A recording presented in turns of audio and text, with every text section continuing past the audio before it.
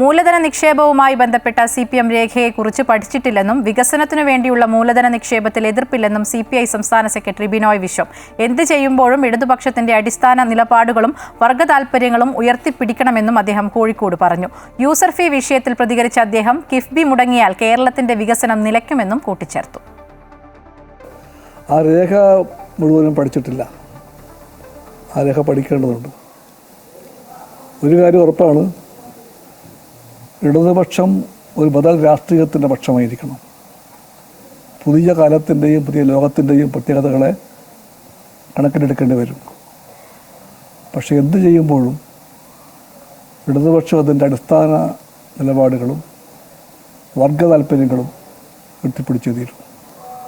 അതുകൊണ്ട് വ്യവസ്ഥകൾ എന്തെല്ലാമായിരിക്കും, എന്തെല്ലാമാണ് അതിൻ്റെ ഉപാധികൾ, ഇത്തരം കാര്യങ്ങളിലൊക്കെ വ്യക്തത ആവശ്യമുണ്ട്. ആ വ്യക്തത ഇല്ലാതെ അതേപ്പറ്റി 8-1-2 എന്ന മട്ടിൽ പറയാൻ കഴിയുകയില്ല. ഇല്ല, കമ്മ്യൂണിസ്റ്റ് പാർട്ടി അത് പണ്ടേ പറഞ്ഞിട്ടുണ്ടല്ലോ. വികസനത്തിന് വേണ്ടിയുള്ള യാത്രയിൽ ഇന്ത്യയിൽ തന്നെ മൂലധനം വേണ്ടിയേ മതിയാകും. പക്ഷേ ഏത് മൂലധനം, എന്ത് ടെക്നോളജി, നമുക്കില്ലാത്ത ടെക്നോളജി വരുമോ, അതുകൊണ്ട് എന്ത് മെച്ചമുണ്ടാകും, സമൂഹത്തിൻ്റെ പുതുപുരോഗതിക്ക്, ജനജീവിതത്തിന് അത് ഗുണകരമാകുമോ തുടങ്ങിയ ചോദ്യങ്ങളുണ്ട്.